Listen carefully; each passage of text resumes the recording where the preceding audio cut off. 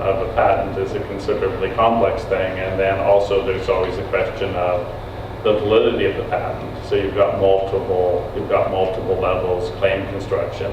And then fundamentally, I guess, my view is if it's sufficiently complex, if your device is sufficiently complex, you infringe patents. It's just the thing. And so, what are you going to do if you find this problem? Are you going to be able to do anything about it, or are you going to be unnecessarily worried? And so I think the Nortel approach was, we do business, we wait till somebody comes knocking on our door, and then we'll see what happens. And I think those are probably, there's different considerations on the more research academic side than maybe on the commercial side. So when I guess in the existing space of DIY projects that don't have a license, that are just on somebody's blog post somewhere, since there's so many types of projects like that, and I think you mentioned that if you have any sort of complex design, chances are somebody's doing it somewhere around the world. Good chance.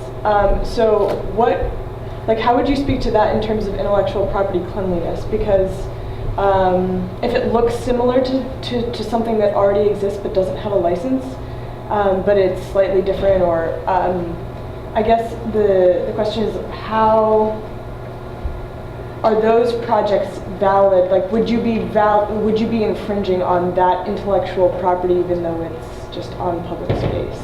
Yeah, I'm tempted to answer, is it further to Chicago or by bus? And I think it depends, once again, on the different types of intellectual property. From a copyright point of view, if you go away, if you create it yourself without copying, it's original, like threshold of that. Or if you see like the idea and you take only the idea and you create your own implementation, that's fine. From say a copyright and confidential information trade secret point of view, you can't really infringe unless you've done something wrong. Either you used information you weren't supposed to, or you've copied someone else's design. I'm always nervous that when somebody says, well, I'm going to take something and then change it to be different. I think it's kind of like the fruit of the poison tree. Like if you start with something, I don't think you can ever really change it. And then even if you copy a little bit of it, one analysis the court will say is if it's worth copying, it's worth protecting. So even if you take a little bit of it. But I think, in a world where there's lots of ideas or similar things, then certainly that reduces the chances of copying. As you go to something more complex, then, it's one thing to maybe reproduce a couple chords if you're a musician. If 90% of the notes are the same in your song, then that's not likely to be a coincidence. So as you go to more copying and more complexity, the challenge of things like patents is, once the idea is covered, independent creation is not a defense. It doesn't. If I don't know about the patent and I didn't really have any real chance of knowing that this patent was issued, that's not a defense. I infringe. I'm just going to make one really quick comment. So one of the advantages of working with a foundation is that you're actually spreading the cost of that IP diligence across a wide base of companies who have a vested interest in that technology. So it doesn't obviously prevent it if the technology is infringing, but it does allow spreading those costs, and actually provides a bit of a detection net. So one of the things is that if somebody out in that ecosystem hears that, we got a problem, the news is going to spread a little more quickly. You're not on your own. So that's one of the advantages of working with the foundations. And there can be a question. I just want to make a very general comment about what we're trying to do here and why we're having this discussion. And it stems from the humanitarian work. I think that's why this comes up, right?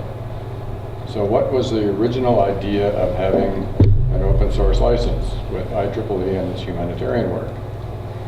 As far as I can tell, it was only that we wanted, for those designs that we had paid for, we don't want somebody else coming along and telling us we don't have the right to distribute those designs. Now, that may be more of a patent issue than it is anything else issue, and IEEE is not going to get into patenting IP. They just don't do it. They do a lot of standards. And those get companies together who all have, as you pointed out in a couple of examples, they all have their own IP, but they come together to solve a mutually interesting problem, like getting the right gauge on the railroad tracks. But we're in a funny position here. We've invented this new beast, and it's starting to do a lot of interaction with industry. And we really just want to protect the investment we've made in a particular design, but we also don't want to publish it in the New York Times. We want to be able to distribute it to people that we have qualified, that we want as partners in building this stuff. And those partners are basically industrial partners. They could be not just nonprofits, but for-profit companies. And frankly, I don't really care. I want to see this stuff commercialized. We're building prototypes. We're not building commercial product per se. And we don't want to. We want to spin all this stuff off so it gets done the best way, however that works out. Yeah, and I agree entirely with that context statement. I think that in order to, one of the things that, industry is going to be interested in, let's come back to some of the CERN boards, for example. If I'm going to do a production run of 100,000 of these, is I've got to feel fairly comfortable that the underlying rights in the hardware are there, that I'm not going to find myself, receiving kind of an injunction down the road preventing me from doing that. So I think having the cleanliness around whether it's the seed contribution or as we come later to the whole contribution process, ensuring that those rights are coming together in conjunction, like to the IEEE or the right entity that are all kind of aggregated there, so that you can support those objectives. The broader issues of third-party kind of patent claims on these projects, that's just the world in which we live with. But I think that this, that ability to build, to allow others to build on the work that you've done to achieve the objective. And I think that all that we're talking about governance is all about supporting that objective. So a related question, doesn't open source licensing mean that you somehow have a recorded ownership of the intellectual property to begin with? I.e., isn't there some implication that you have patents and copyrights filed, or is it an implicit association accepted? Well, I don't think there's anything, that's driving, the patents, any statement about patents, but depending on your contribution agreements or the licensing themselves, a lot of them are certainly silent. A lot of them are silent on patents. Some of them are silent on ownership. There's only a few of them that actually include any statement that you're actually the owner. So, but the thing is, the threshold for copyright is low. I.e., I didn't copy. As you go to these other forms of IP, they're more complex. Okay, then moving along in terms of project objectives, I think we've already kind of touched on this, that it's obviously incredibly important early in the process to have a very clear understanding, as the gentleman was saying, about, okay, what are our objectives? What are we trying to do?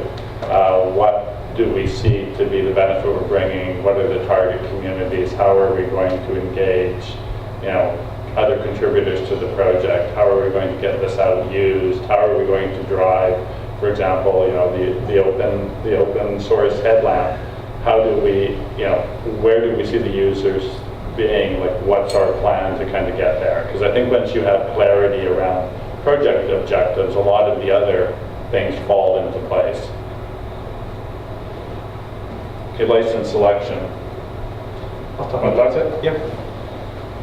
So I touched on this in my session, basically talking about the license spectrum. And so on one hand, if you want people to be very free to do whatever they want with the license, there's a certain set of choices, like the BSD license, the MIT license, the Apache license.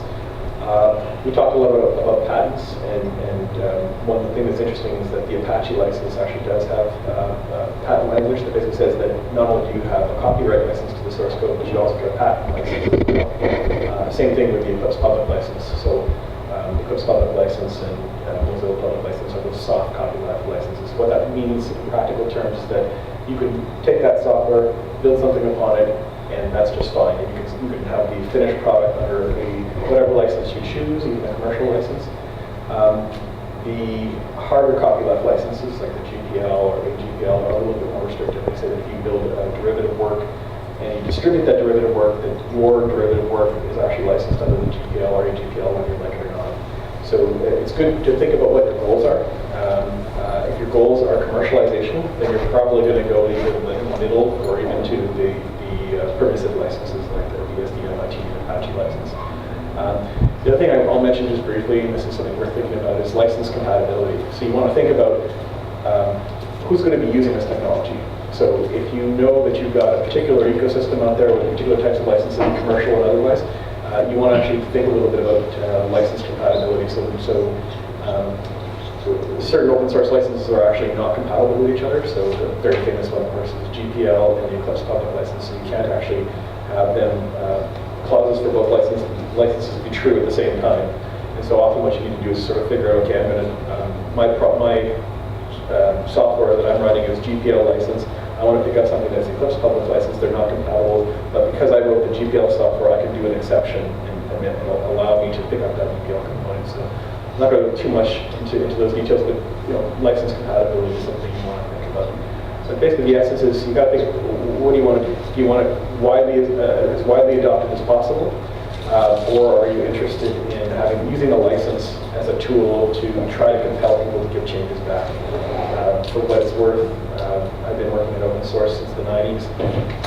I find that often the license is not a particularly compelling way to get people to give back. Usually people give back for other reasons. They give back because they're interested, they give back because they want to support the community, they give back because maintaining a fork of that code is a pain in the neck. That basically you have a diverged copy of that original source code, and to keep their copy of the code current with the master copy that the community is standing behind is kind of a difficult thing to do. So often people have many other reasons other than a license to contribute back to the original project. So, does anybody have any questions about that? There's a lot of, yeah. All right. Two questions. One, back to the CERN license, something piqued my interest.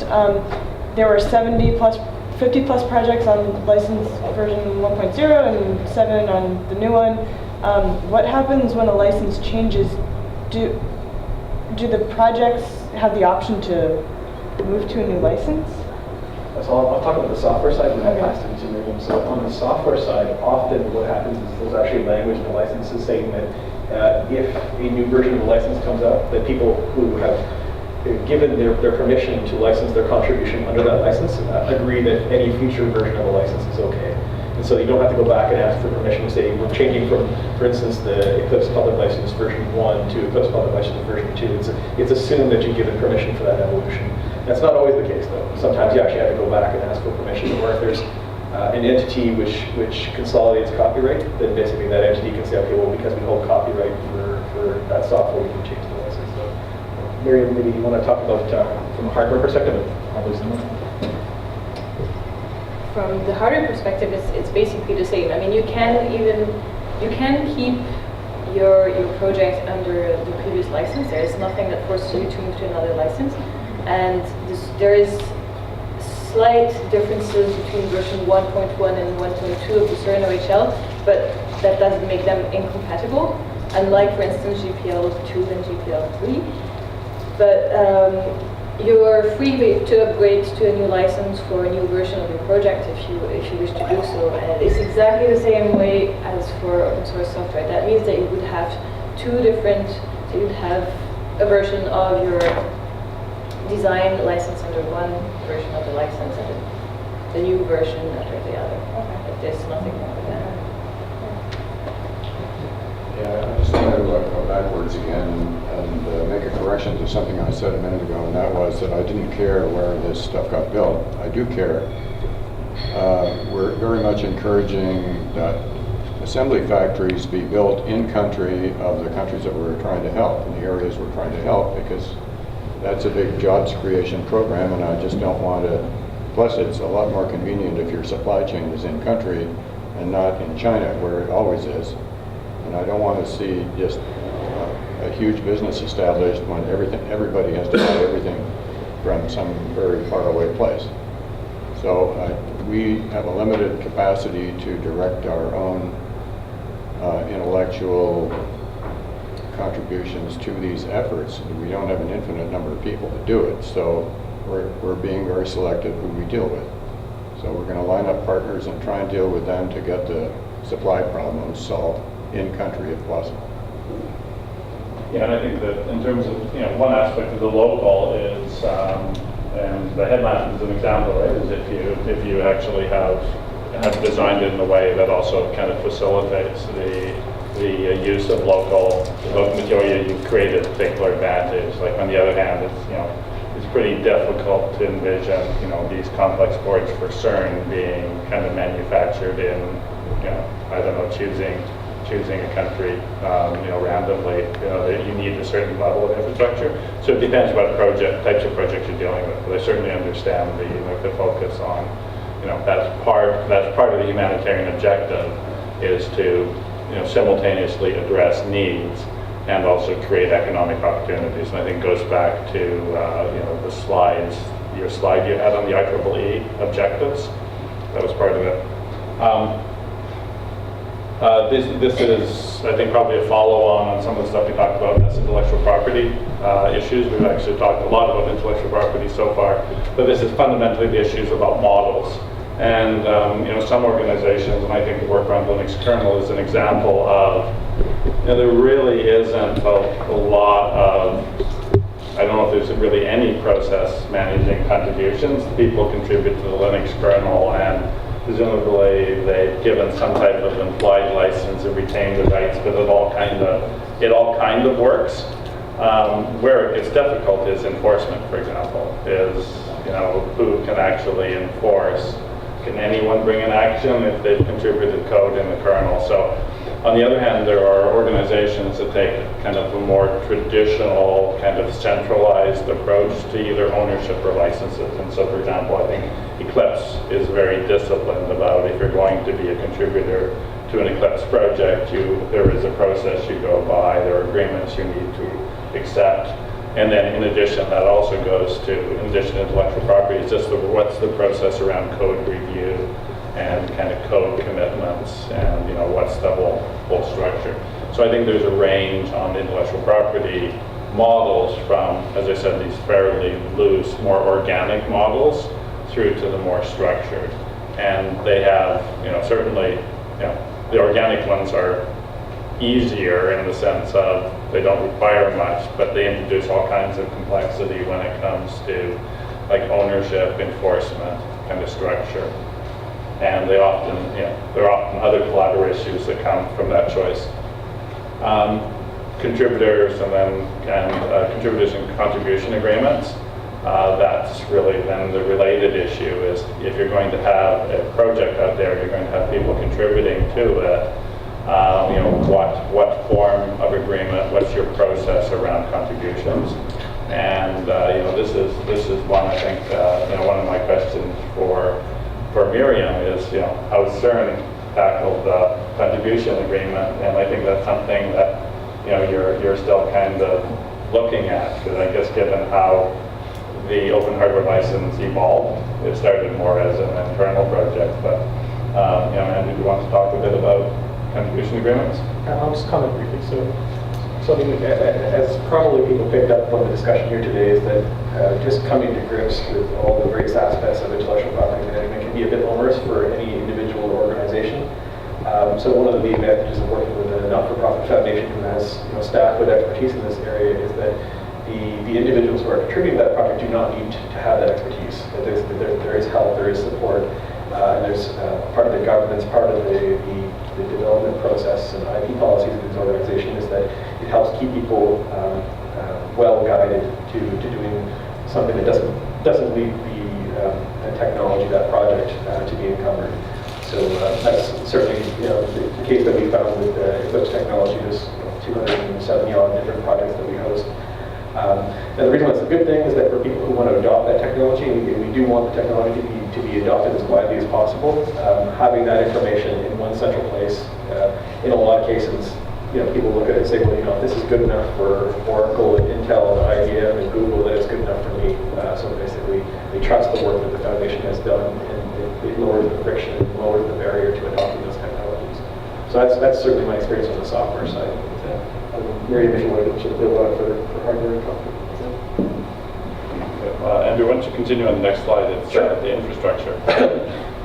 So infrastructure is a good one to talk about. So obviously at the very basis, you need a place to store the software or hardware schematics and documentation.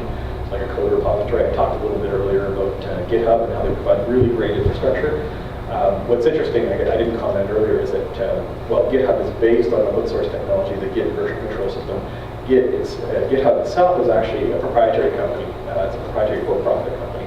And so some people are not bothered by that, and that's okay. Other people are very bothered by that, especially if you're talking about in the software industry. There's a number of competing technologies like Google Code and Atlassian's Bitbucket, et cetera. So picking one particular proprietary vendor over another proprietary vendor is not necessarily a good thing. So it's important to have good infrastructure. It's important to consider vendor neutrality. So for instance, in terms of these IEEE initiatives, it would make a lot of sense to pick a vendor neutral code repository in other infrastructure like bug tracking system, build farm, wiki pages, email servers, all that infrastructure that needs to be stood up. It's a lot of time and effort and expense to bring them up and support them to a high degree of availability that the community would need. And so these are what organizations like Eclipse and Apache and Linux Foundation basically do for a living. They don't just do it for one community, they actually do it for